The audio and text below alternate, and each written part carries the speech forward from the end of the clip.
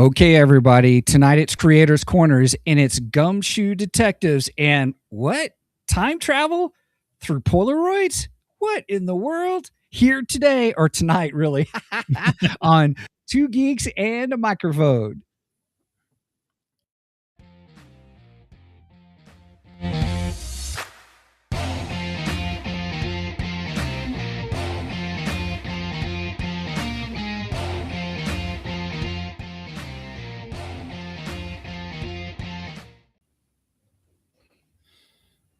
Oh, I didn't know if you were going to do the who talks first. You talk first. I forgot about it. It's oh man, I messed it up. That's all right. Good evening, everybody. Welcome to the show, Two Geeks and a Microphone. I am your co-host, Mr. Stephen Bosser, along with the one, the only, Mr. Michael Shanks, usually I say the most beardiest guy I know, but I was going to give you static for the sound clip. I'm just kidding.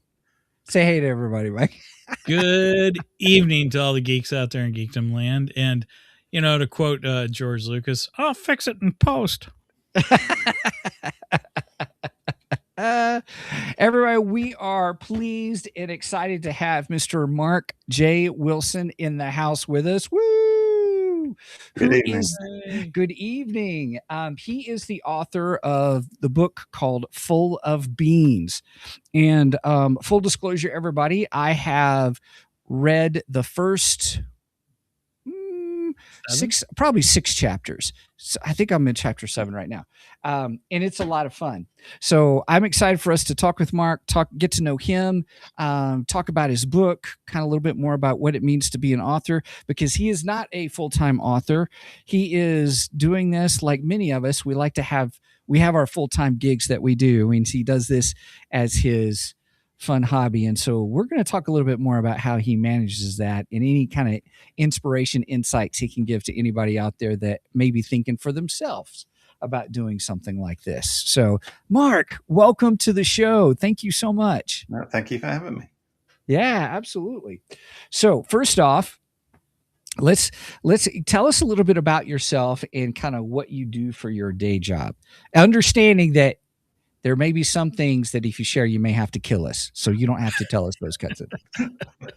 Sure. So I'm a scientist. I trained in biochemistry. I got a PhD in biochemistry. And I've worked in biopharmaceuticals for about the last 37 years, I think. Currently working in gene therapy. Okay. We're working on creating a cure for a rare disease called Rett syndrome. It's a very cool, full-time job. You're right. You know, fitting in the authoring a book around that is a challenge. Yeah. So obviously, Mike and I joked, and we told you before the show, but we'll tell everybody else. We kind of joked between the two of us, like, man, he's probably smarter than both of us combined. I'd say probably twice as smart as both of us. He's got them smarticle particles. So Mark, what led you to like, I think I'll write a book? Yeah, so probably a very long time ago now. I think first of all, when I was 15, I probably had an idea for a story I wanted to write. I don't think I really thought I would be an author by writing a story, but you know, I kind of worked on an idea for something for a very long time. But this particular book, probably 10 years or so ago now, okay, that I had the idea to write something about a time-traveling private detective. I love time travel. Back to the Future, okay, one of my favorites. Back to the Future 2 is just genius. I love the Back to the Future movies. And that's the Biff one. That's the one with Biff as the the king of the whole area or whatever. They go forward in time to 2015 and then go, you know, the Grey Sports Almanac ends up in 1950. That's it. Yes. And it's so clever the way they weave that whole plot around the first movie, trying not to disturb the first timeline. It's very, very clever the way they did that. So that to me is a big inspiration, I think. Oh, the time travel. It's very clever. Now being British, and being a fan of time travel, please tell me you're a Doctor Who fan. Oh, I love Doctor Who. Yeah. Okay. Oh, Mike is a huge Doctor Who fan. Yeah, I remember it from when I was a kid with the Daleks and the Cybermen. Uh-huh. I love it. Yeah. Do you have a favorite Doctor? Yeah, that was my Christopher question. Eccleston's my favorite. Chris is really. Mm-hmm. Yeah, I just think he was really just something about the way he did the character was just really, really good for me.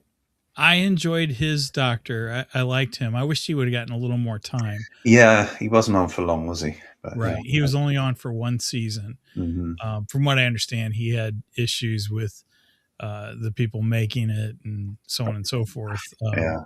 My favorite Doctor is Tom Baker. Okay. Yeah. Yeah. He was a good one. Yes. Yeah. Yeah. Yeah. Well, okay, he's the genuine article.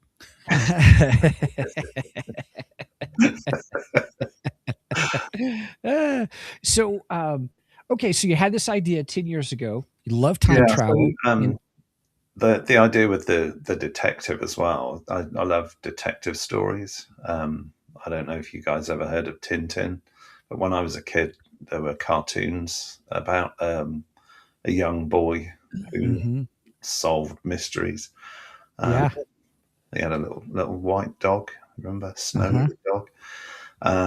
But yeah, there are all sorts of things on TV. There were detective stories, and I like spy movies. I love spy movies as well. Yeah. One of my favorite books is by Douglas Adams. It's Dirk Gently's Holistic Detective Agency. Oh, okay. And I think Dirk Gently was just an absolutely fabulous character. Did you see the movie, or was it a movie or TV series? That movie that I've seen both. I've seen the TV series that BBC did, which was really good. I enjoyed that. Was it good? Some clips have come up on I watch YouTube and stuff. So some clips have come up and I'm like, oh my goodness, I don't know about this. This looks really interesting. Yeah, I think the BBC adaptation was very clever. It didn't stick very closely to the books, but it's much more close to the books than the American version with is it Elijah Wood, I think, isn't it? Oh, I don't know. You're right. I don't remember for sure. I figured it's just showing up on my screen because it's, it's like, oh, something else I may be interested in. So I'm so glad that you mentioned that, though. Thank you, because I'll definitely check that out. But the books, there are two books in that series. I think Douglas Adams died when he was in the middle of writing the third one. But yeah. So is this the same author as Hitchhiker's Guide to the Galaxy? Hitchhiker's Guide? Yeah. Okay. 42. Oh, I'm sorry. It was Martin Freeman. He played Arthur Dent. Yes, that was in the Hitchhiker's movie. Yeah, right. Yeah, right. Oh, were you were talking about Dirk TV series though? I was talking about the Dirk Gently. I know what I'm doing late tonight just to relax before TV. Mark, thanks for sharing that. I'm so excited about that. All right, sorry. I digress. I squirrel. I'm just saying. I'm so sorry. But anyway, you the whole detective stories. When I was a kid, it was Encyclopedia Brown. I love those books. It was a kid detective kind of a thing. Right. So different, but yeah. So, okay. So what other inspirations did you have then? So obviously time travel and then detective, any other things that just, you were like, hey, these are the things that I would like to tell a story with. Did you have the idea at once or did it grow? No, it definitely grew. So the idea of really combining those two particular genres that I really enjoy. It's not a leap to think that I wish I could find a book, maybe another Douglas Adams or something similar. And then it was kind of, well, why don't I do that? Why don't I, think what I would like to read? Yeah. And, so I didn't really think anything of it. I didn't really plan to do it. But when I told my wife, I married Kerry in 2023. So, I think we were dating probably at the time when I told her about this idea for a book, and she was like, "Yeah, you should do that." That's So awesome. just having someone that really encouraged the idea Yes. instead of it just being kind of harebrained scheme. It was like, yeah, you could do that. Yeah, having a cheerleader. That's awesome. Mm-hmm. But it was only really one day when we were standing making coffee in the morning. We had a coffee machine that the beans didn't go down the chute at the back very well. Into the grinder, the beans would kind of fall down and then stop, and the machine thought it was empty because the beans weren't coming. So it would constantly come up with the error message, "Fill beans." So it's one particular day, I said to that's my wife, awesome.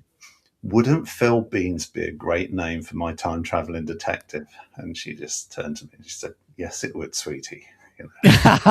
Oh, I And then love I it. looked at her and I said, "Oh no, now I've given him a name, I'm going to have to do it." So That's pretty ingenious, actually.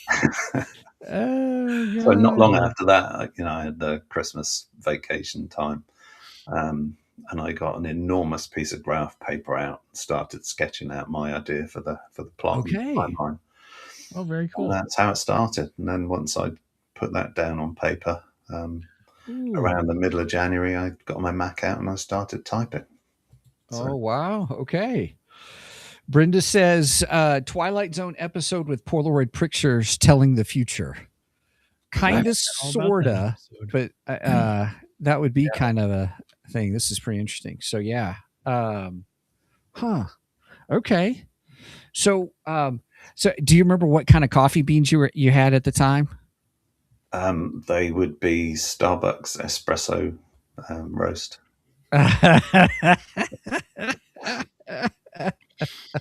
I love it. So where did the idea of the Polaroids come from? So that was a moment of kind of real inspiration. That was one of those rare moments when something dawns on you and you just know that you came up with the idea you're going to use. I was trying to figure out, because I did not want to invent another time machine. It's like H.G. Wells started it. Doctor Who had the TARDIS. Right. Doc Brown had the DeLorean. It's like, no, we're not going to do a time machine. I wanted what Phil was going to do to be portable. So, the DeLorean's kind of portable. You can drive it around when you get where you're going to go, but it wasn't how I wanted Phil to get around in time. Sure. And I had the idea that Phil would kind of disappear from where he was and develop slowly into the scene where he was going. And then, of course, I thought, like those old instant pictures he used to take with a Polaroid camera, you would sit and wait for them to develop. And then all of a sudden it was like, that's how he does it. That makes sense. Okay. He's got Polaroid pictures that he's taken.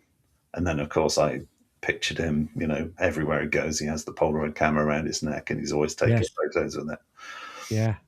So yeah, that just came to me while I was trying to work out how he time traveled and how to do it without having to have a machine. Mm-hmm. So yeah, it was a picturing how it would look. Pardon the pun. I wrote the book. Most of the time, I wrote the book imagining what it would look like on the screen if I was watching the movie, or I wrote what I thought I was watching. Okay, I'm very visual, so I kind of had to visualize it like that. So yeah, I started out thinking, well, what do I want it to look like when Phil travels in time? Yep. And then I had that idea that he'd gradually dissolve from where he started out and appear gradually, like he was developing. Like a Polaroid. Like a Polaroid, yeah. That's cool. Real quick, give a shout out to King of Pirates 206. He says, how you guys doing? Doing well. Doing good. He also said, what kind of coffee beans? LOL. So he enjoyed that. Brenda asks, were you a fan of Quantum Leap? I really like the idea of the Polaroids. I remember watching Quantum Leap, but I don't know that I really watched a lot of it. Yeah. I think Scott Bakula I think Yeah, was the Scott actor. Bakula. Yeah, You know, my mom loved Quantum Leap, so I remember her. yeah. She would I watch it. remember it being very clever. Yeah, yeah. So, okay, so real quick, so those that may not know, we probably should move into kind of the book itself. So, what is it about? Because we've kind of talked about your character, how you came up Yeah. with the name, which is really interesting. But for those who are just probably just joining in and stuff, and just are curious, now that we're talking about a detective who has a Polaroid camera and he time travels through Polaroids. What then is really what's happening in this book, or what's this book about? So the book's really a murder mystery, I guess, and the time travel element's relatively, it's kind of a light sci-fi element. It's how Phil gets around, and it's how the plot gets complicated. So it's intrinsic to the whole storyline, but really, it's a murder mystery. The book starts out where Phil has a friend who works in the police, and she is investigating the death of Phil's old professor. Um, she doesn't know Phil can time travel. She knows that he is a private detective and doesn't have the same kind of rule book that she has. So Right. she asks if, does he know people, or, can he figure out what, might have happened? So Phil decides to go back in time to see if he can figure out what happened. And of course, while he's there, he works out what's happening, and then he's stuck with the choice: do I let it happen? Is it more more moral to allow a murder to happen, or is it better to stop it? So, of course, Phil thinks he's doing the right thing, and he stops the murder from happening. So then he goes back to his own time and slowly works out just what a mess he's made of his own life, really, by doing this. So then, of course, he sets about trying to rectify what he did, and just makes everything worse. Oh, Yeah, it that's gets clever. complicated for him. So that kind of takes me to another time travel story, one of my favorites. I don't know if you're a comic book fan, but The Flash, Wally West. There's a great story with Wally West. Oh shoot, Steven, what's the name of the story I'm thinking of? With Flashpoint. Wally? Yeah, Flashpoint. Flashpoint. And Wally travels back in time to save his mother, and that messes everything up when he does that. So that kind of makes me think of Flashpoint when you Was talk it Wally or Barry Allen? No, it's Wally. Is it Wally in Flashpoint? It's Wally West. Yeah, that's Wally's story. Brenda says, "Never change the past!" Exclamation point. Everything happens for a reason. I'm going to say I agree with Brenda, because I thought about this a lot, and while I was writing the book, what would I do? And I really came to the conclusion that I don't want that responsibility. Changing something, because you go back in time and make a change. From that point, you can't predict the future that would come from that. That is really the danger, I think, is in the unpredictability. It's like the old thing about whether you go back and kill baby Hitler. Oh yeah, yeah, right. Yeah. It's a great thought. It's a good idea, but what would happen if, let's say, you kill baby Hitler, but Hitler was just a symptom, and somebody different took his place, somebody worse, somebody, a better war strategist that won the war. Imagine getting back to your own time and figuring out that you just made it a whole lot worse. Yeah. So what an interesting moral dilemma to bring up in a book. Holy cow. Yeah. Man, what kind of mind do you have that comes up with this stuff? No, I'm just kidding. But yeah, that was one of the really fun things, to start out, writing a book, trying to include things that I wanted to write about, like that kind of moral dilemma. And, the stuff that Holly gets into in her master's thesis that she's writing about, sort of good versus evil. She's doing a master's in philosophy and practical ethics. So yeah, it's Oh, kind of fun to start thinking about things that yeah.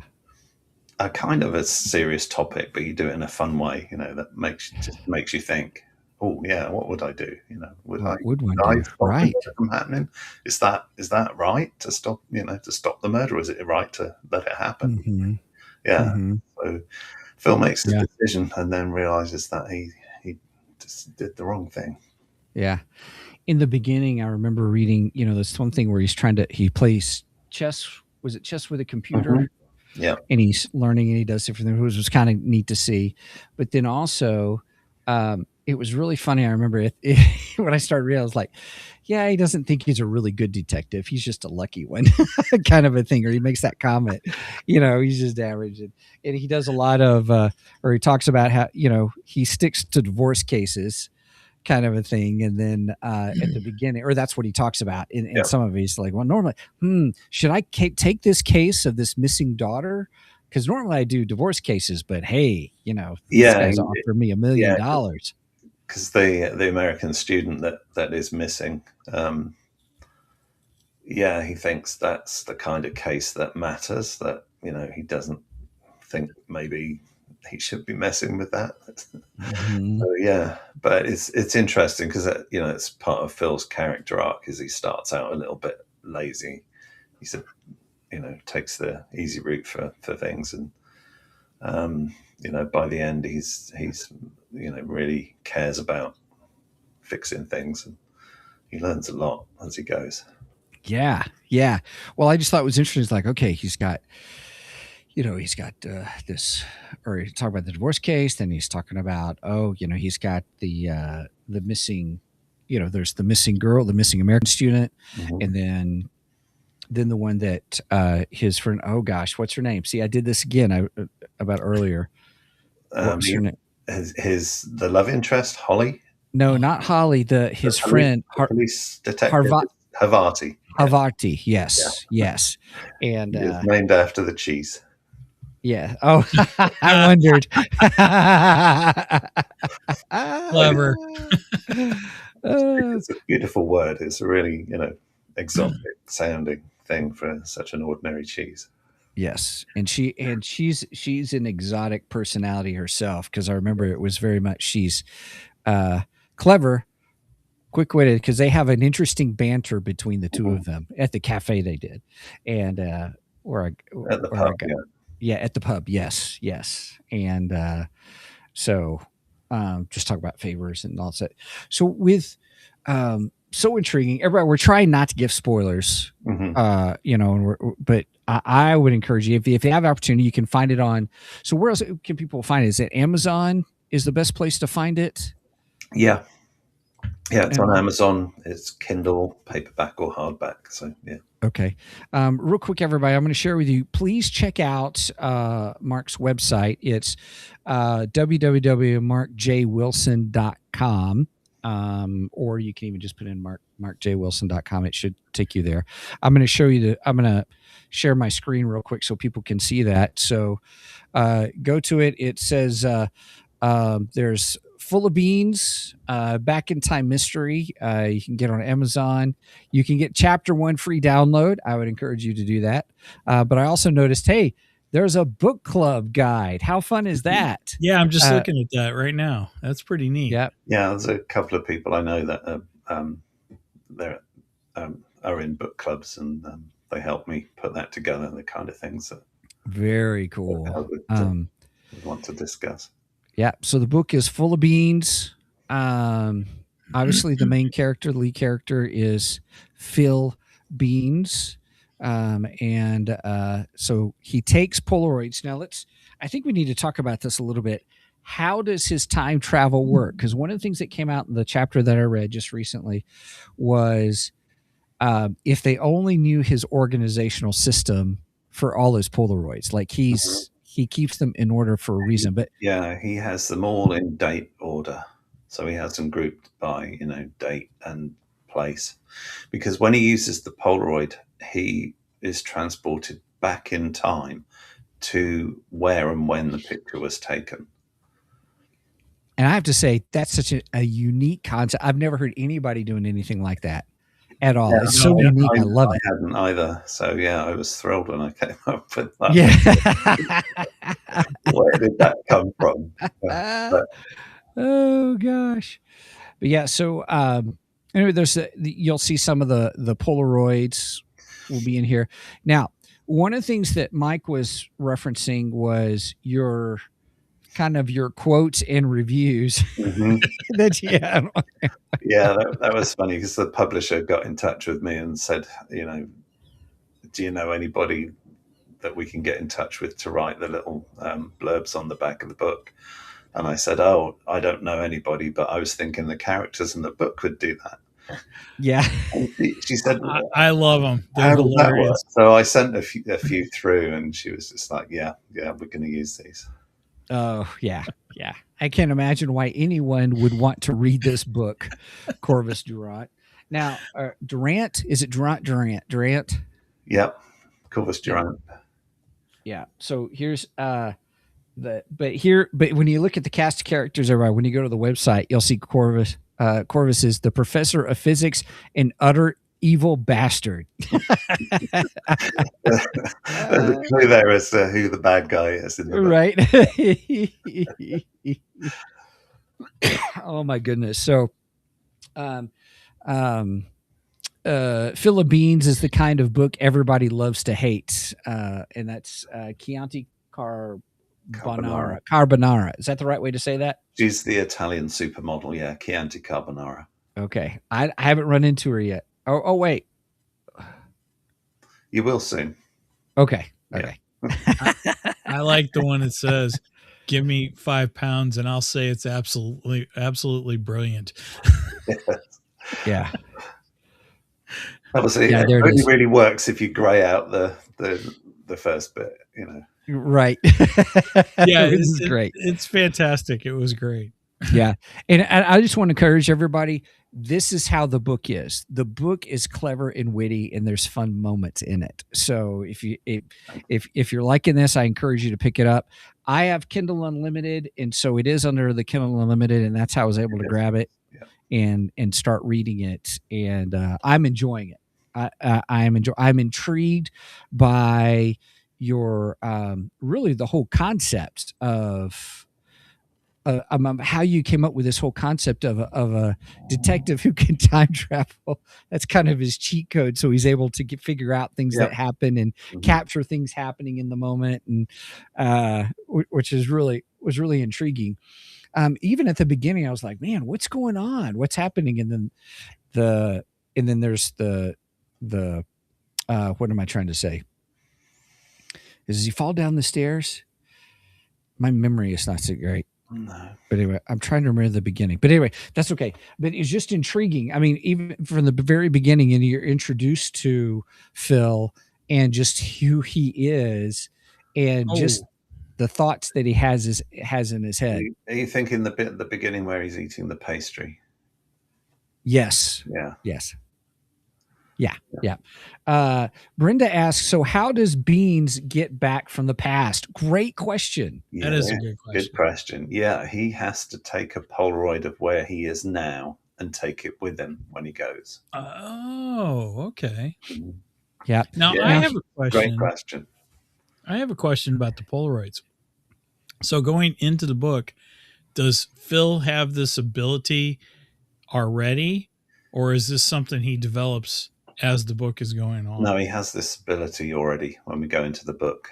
So you have room for a prequel. How to do this when he was 16.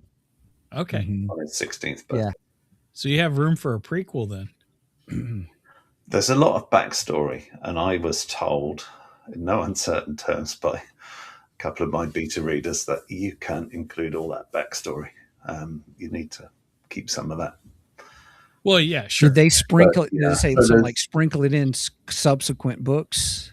Right. So you get to see the basics, I think, towards the end of the book, towards the end of the first book. But yeah, there'll be more. There'll be more to come.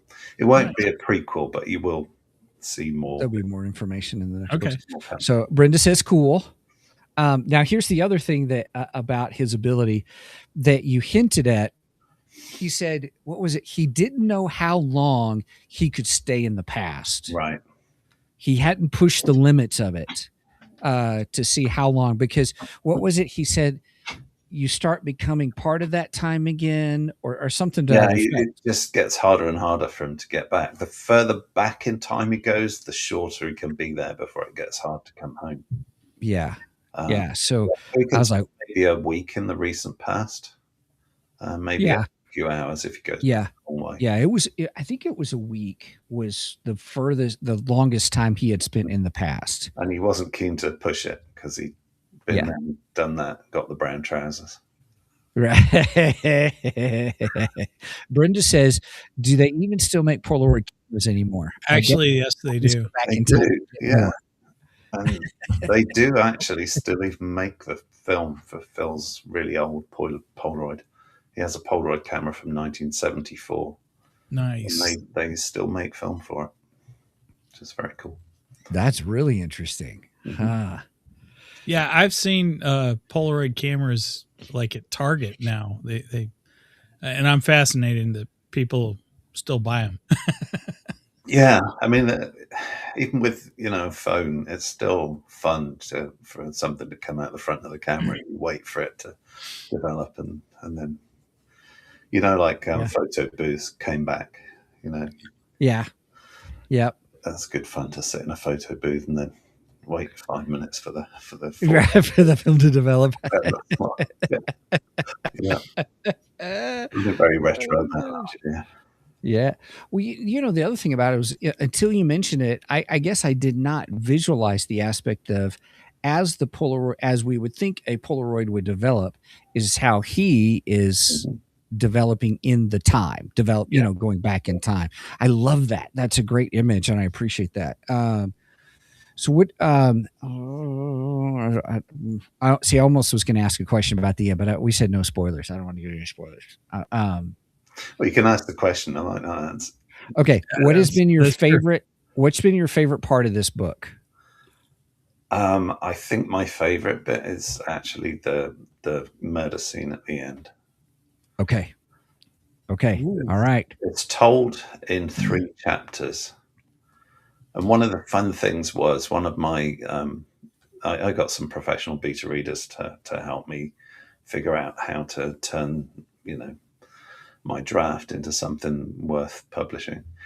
Mm-hmm. And one of the things I was told was that if you write in the close third person, like I do with Phil, you're always inside Phil's head. You always know what he's thinking, where he's going and why he's doing it. Yeah. You can't switch from Phil's head to Holly's head to know what she's thinking.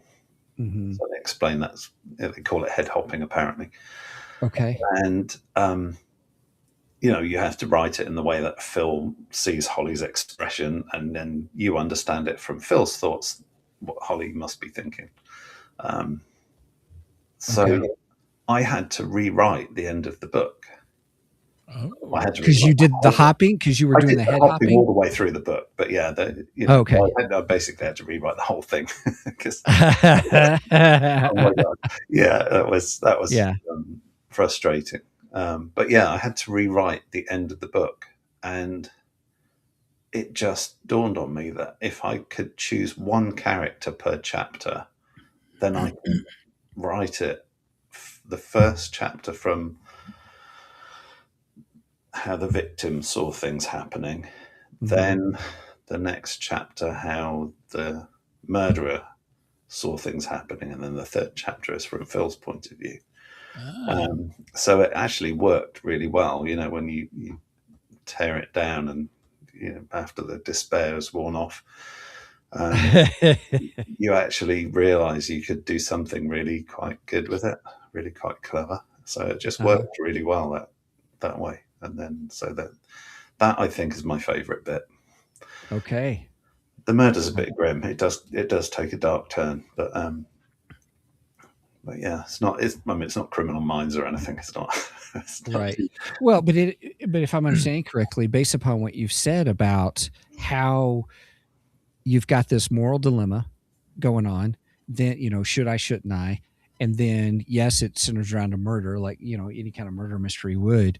That sounds really super intriguing, though. What are people thinking? How are people processing? What's going on?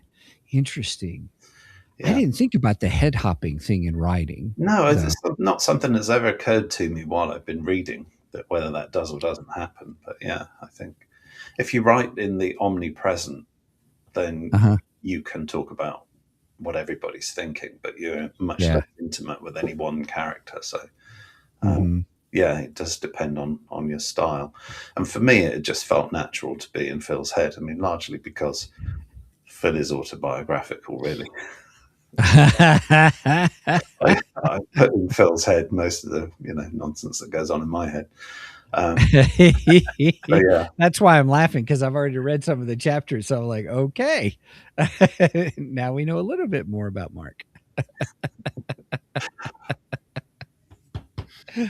Oh man, here I sorry, Mike, I have not been watching the comments. No, that's right. Here, let's go. Brenda says, "Oh, my favorite author does that sometimes. One chapter is different viewpoints from each character. Natasha Preston always leaves it in a cliffhanger, though." Yeah, that's her new obsession. Okay, that's all right. That's interesting, huh? Yeah. So, what other things did you learn? Just other guys that may be out there, or people, excuse me, in general, that people who may be thinking, man, I'd love to write a book, kind of a thing. And, I've got a full-time job. One, how did you balance it? But what other advice would you give to people who would like to do that? Yeah, I think that the balancing is the hard bit. It does take some fairly grim determination sometimes, but if you are disciplined and you take the time to just sit and write, you don't necessarily have to know what to write. It's a question of figuring out the plot. For me, at least, I had to know what the plot was going to be before I could really do any of it, because of course the timeline thing gets complicated when time travel's involved. But yeah, you don't necessarily know what has to come next, but it is important, I think, to just be careful with your free time and use as much of it as you can to do something and get into the habit of just sitting down and writing. Mm-hmm. Did you set like a specific word count each day, or for each weekend, or not a specific word count? No, but I did kind of think, okay, so today I'd like to get to the end of this chapter. Okay. Not necessarily knowing how long that was going to be, but yeah, try sort of vague kind of goals about, because I'd mapped out on my big piece of graph paper, what the chapters were going to be and what would be next. So yeah, it was a question of, finishing one chapter and then not just waiting till I knew exactly what I was going to say. You sit down and start writing, and then you go back over it and you change it. But if you just start with a blank piece of paper and wait until you know what you're going to say, you're never going to put anything on there. So yeah, it's doing things and then changing it. Okay. All right. So when you're talking about, you just sit down and, hey, I'm just going to start writing, and then get things flowing, and then it'll start shaping. And then I need to know, I can go back and edit. But if I, exactly. And the edit is the good fun bit, really, because you go back and you realize that, well, I don't really want to just get straight into the action. Actually, I want to set the scene first. So then you start, or if you wrote something, you think, yeah, that's not very good, let's rewrite that. And then, I think what happened with the rewrites was there was one point where there was an entire chapter that was really Havati's background, the police detective that Phil knows. It was a chapter with her background, and the beta reader said, "This chapter does nothing, delete it."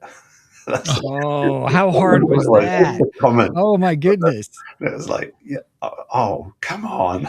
I love this character. I want everybody else to love her too. So, no. So yeah, and then once, when you do all that, the word count goes way down. You think, oh crap, it's going to work out. But when I spoke to him and he said, oh yeah, by the time you go back, there's little comments where I've put, I love this, do more. When you've done more, the word count will go back up. And he was right. Really, it actually went back up more than it had gone down by. So yeah. But yeah, it's super useful to get, people that know what they're talking about to critique your work as well. That really does help. Yeah, I'd have to go in with the right attitude to be able to go, okay, they're here to help me. Yeah. And to a large extent, you do have to lose your pride and your ego. You can't be you can't stick to it. You've got to let go and think, okay, so they know what they're talking about. This is what I've got to do. Let's just do it. It does hurt, when you're tearing something down and doing it over.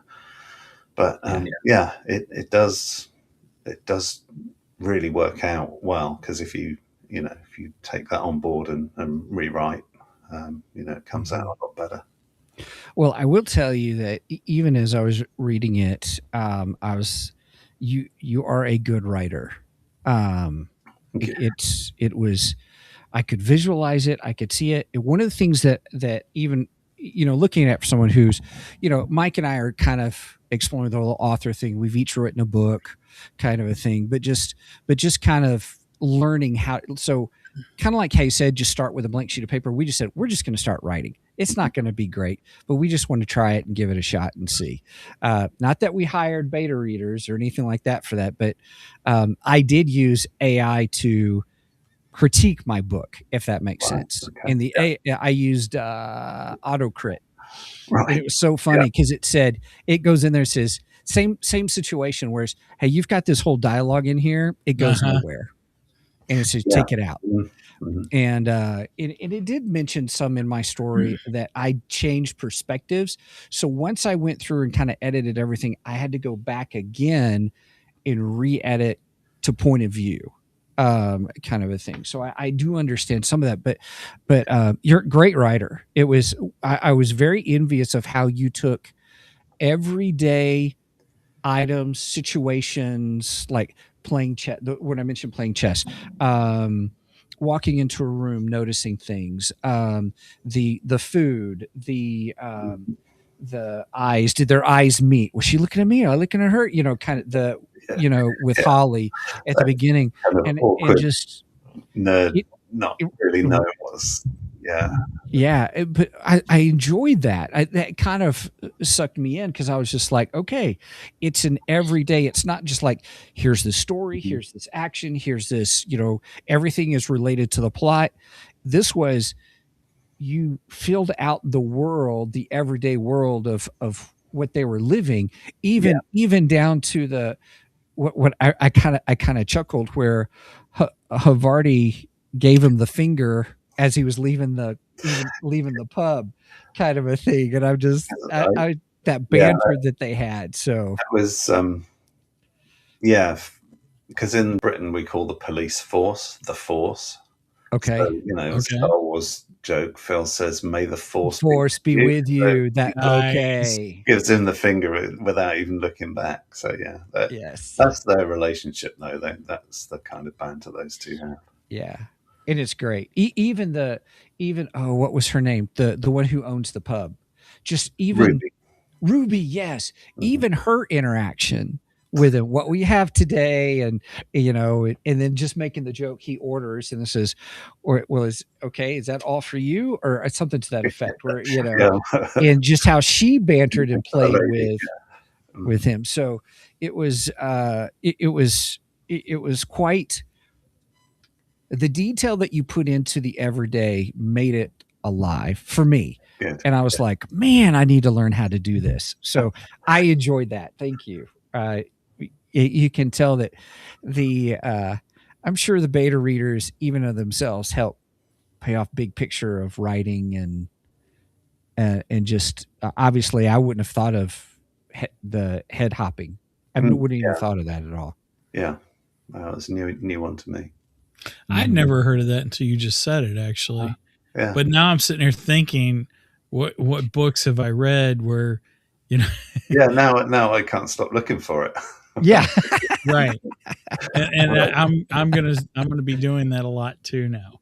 Yeah, Yeah. I started a book. My daughter gave me a book by Daphne du Maurier for Christmas. So yeah, I just started that, and I'm thinking, oh, I wonder, You're right. did the fashion for head hopping change over the years? Interesting. They Yeah. used to do it, and now they don't, or it's always been a thing. Yeah. It is interesting. I've heard people say that writers are readers and that they read. But now, based upon this conversation, Mike, this has been great, is now I'm thinking, yeah, but are they readers just because they're readers, or are they readers because, I wonder how they did this, or, and how they write. Yeah, I think I'm more of a reader first. Yeah, Okay. I don't read to figure out. I read, because I want to be entertained, I guess. Mm-hmm. Yeah, I want a book to fascinate me. Yeah. From anything from the Phantom Tollbooth when I was a kid. Oh my goodness! Yes. That just fired me up. I was Milo. I was the kid in the book, and that book was just fantastic. My brother loved that book. He read that book. Yeah. That's why I know of it, because he just absolutely adored it when we were younger. Yeah. So from that, I love books that make me think differently or fire up my imagination. So what are some of your favorite books now? Oh, well, as I mentioned earlier, Dirk Gently's Detective Agency, that's the number one. Okay. Gosh, let me think. I've got a list on my iPhone somewhere. I've got lists of everything, favorite movies, favorite astronauts. Yeah. So yeah. See, we put him on the spot, everybody. Yeah, you have, I wasn't ready for it. So yeah. Remember, Steven said, if we ask your question, you don't want to answer, you don't have to answer. You don't have to answer. But I think all of my favorites are fiction. They're all, stories about some kind of mystery, something where you don't know what's going to happen. One of my favorites is a book called Me and Emma. And I'm blanking on the author's name now, but that's a very good book about a little girl who see if I can sister. And I'll remember it when you say it. But yeah, Me and Emma, Elizabeth Flock. That's it. Yeah, I just found it too. Yes. That one's really good because I did not see the ending coming. Okay. I enjoyed. Another one I liked was The Curious Incident of the Dog in the Nighttime. Great title. It is by Mark Haddon. Mark Haddon, yes. Yeah. Okay. That's a fascinating book about a kid. I think he's autistic.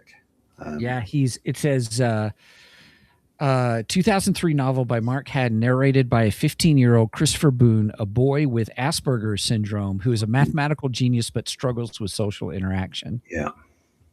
That was a very clever book because you didn't, you only knew as much as the boy knew. And obviously he ends up uncovering all sorts of things about his own life. But no, that was a good one. And I have to be honest, I did not care for the Netflix adaptation, but I do love the Thursday Murder Club books by Richard Osman. I think those were really good books. Okay. I did not realize that that was based on a series of books. Yep. Yeah, Yeah. the first We emoticon. watched it because my wife loves Pierce Brosnan. I'm just saying. That's why we watched it. But he was fantastic in The Last Rifleman. Um, I think that's what the movie was called. Really good movie. Last Rifleman. Man, you're giving me Yeah. all kinds of great ideas. This is But you said the series wasn't as good as the books. When is the series or movie ever as good as the books? Well, fair enough. that's true. Yes. That's fair. Yeah. I mean, I would like to find something where the movie was better than the book. Just Well, hopefully, when Full of Beans gets made into a movie, we'll make it better. there we go. I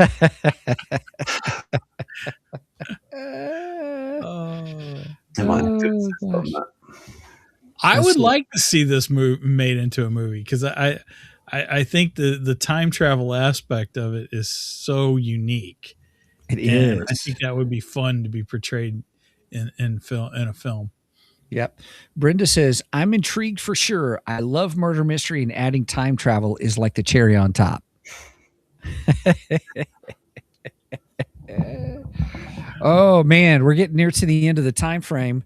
Everybody, again, please, you can find his book on here. I'll just pull it up. I'll just pull up Amazon real quick.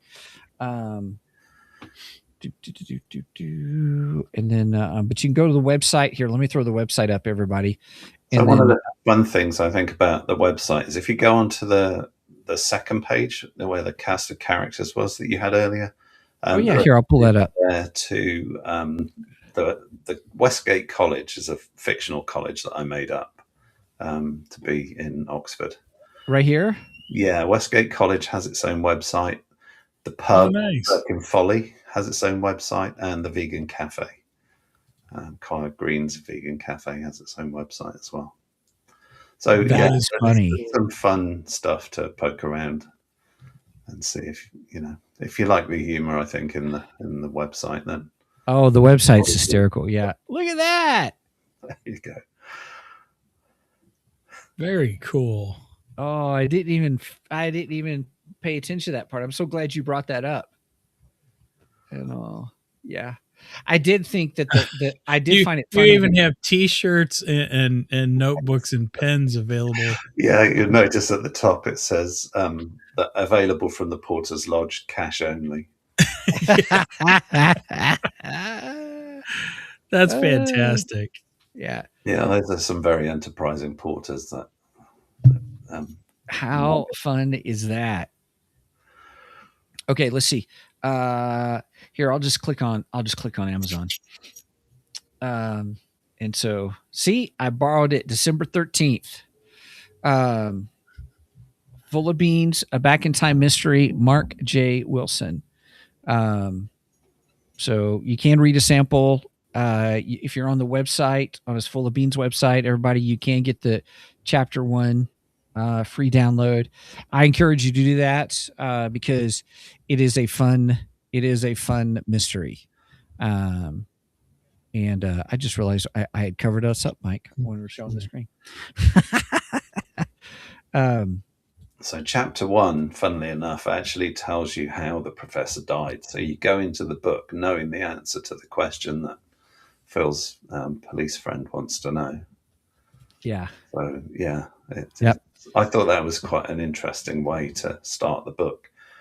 And I was kind of determined to keep to that because to know what happens that Phil then undoes is kind of important. So yeah, I thought that was an intriguing way to start the book. Yeah. Mark, anything else you want to share just about about the book or how to get a hold of you, or is the best way if people want to know more about you, go to your website? Best way to get me is the website. If you're persistent, you can actually get on Phil's website. You click through some fake captures, and you can send Phil an email if you want. Nice. You can message Ruby at the pub. There's a few little fun things in there. Okay, so contact me. There's a button on the website as well. Yeah. Okay, I just have to say, out of the creators that we've had on the show, I don't think any of them have done what you've done with having the links to the other websites and That's some good tie-ins right there. That tells you a little bit about how my brain works. I had those web domains more or less the minute I wrote them into the book. It was like, yep, I'm going to have a website for the pub. Nice. But, yeah. Yes. Yeah. Man, we should steal that idea. We should do that too. I love it. I love it. Oh my goodness. Well, Mark, it has been fab. I can't believe actually that we're already at the hour mark and all. So it has been great to talk with you. Been fabulous. And so real quick, is there a sequel? Are you working on a sequel? I'm probably about a third of the way through the first draft. Yeah. Okay. Now, we're hoping that it will come out next September, but I honestly don't know that that's going to happen. My job is very busy this year, so yeah. Okay. I don't know that that's going to happen. How disciplined I can be. I've got a lot of travel and a lot of work, so yeah. But we'll see. Well, maybe it'll come out soon. But yeah. Well, here's the thing. Please, it's going to be a trilogy. Okay. Oh, all right. Good. It's going to be a trilogy. All right. Unless I come up with more ideas, in which case it might be a trilogy of 5 parts, like Douglas Adams. Oh my goodness, I love it. Well, make sure, please reach out to us when that time comes, because we'd love to have you back on. This has been great. Yeah. This has been fabulous and insightful, and just learning just about, there's for many of us who always want to do something or write a book. A lot of people say, I've got this book in me, but it's been really good to get your insights and sharing, especially someone who's as busy as you, in just how you did it. And so I appreciate just your interaction, talking with us, being open. We've had some good laughs on just that, which, speaking of laughs, everybody, you need to read the book. I'm just going to say, you need to read the book. So it's intriguing. Yes, there's the mystery, but just the way you write the characters and the interactions it feels very natural. And like you're living in this world. I mean, so it is well done. So Full of Beans by Mark J. Wilson. Mike, do you have any other questions? I can't think anything off the top of my head right now. I think I hit all the things that I wanted to know. Yeah. Well, Mark, once again, everybody, check out Mark's website, Mark, MARKJ, just the letter J, Wilson, WILSON.com.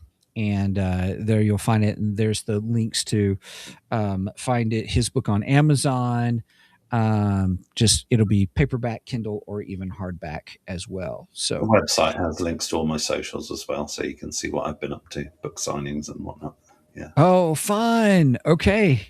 Very cool. Mostly for family and friends, but yeah. Yeah. It's all on Instagram. Love it. Oh my goodness. All right. Well, with that, everybody, please check us out. Please check out our website at www.twogeeksmike.com. That's where you'll find all things Two Geeks. Sounds like we may be adding to that website some a little fun Easter eggs and stuff, maybe. Oh my goodness. But there's our hub for everything Two Geeks. So if you want to get to our merch page, which is twogeeksmikemerch.com, you can go directly there or get through our website. If you want to support us, we have a Ko-fi. We don't use Patreon. We use Ko-fi. Some say coffee. ko-fi.com/2, the number 2 GEEKS. The cool thing about that is we have a $1 tier, $2 tier, and a $3 tier, and all that does is go to help us pay for all the stuff we need to do for podcasting. But if you want to reach out to us, the best way to do that is show@twogeeksmike.com. Mike is the one who keeps tabs on that much more better than I do. And I just said it. Sorry. Cheers, everybody. Cheers. Oh, funny. And so anyway, you can reach out to us there as well. So with that being said, anything else, Mike, that we need to chit chat about? If you made it this far, please make sure and follow us on the socials. We are on Facebook and Instagram. I try to remain active on Facebook and Instagram with, interesting geeky anniversaries and just geeky fun stuff. Also, you will find on those sites where we information for when we go live. And speaking of going live, we normally go live on Saturday mornings at 9 a.m. Central Standard Time. You do the math on the rest because I don't like math. And we are live on Facebook, YouTube, Twitch, and normally Rumble, but I forgot to set up the link, so I have to upload it later. Oh, that's all right. Sorry to our Rumble viewers. So,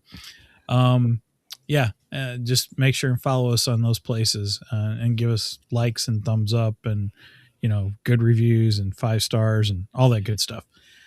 All right. Anything else? Last words, funny antidotes? Nope, I'm good. Okay. All right. So with that said, please do not skip this episode because we are much more better than the rest. Cheers. Cheers. Cheers.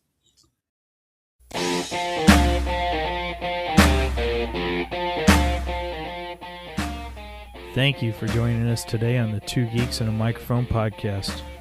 Tune in next week when we will have more news and reviews. Until then,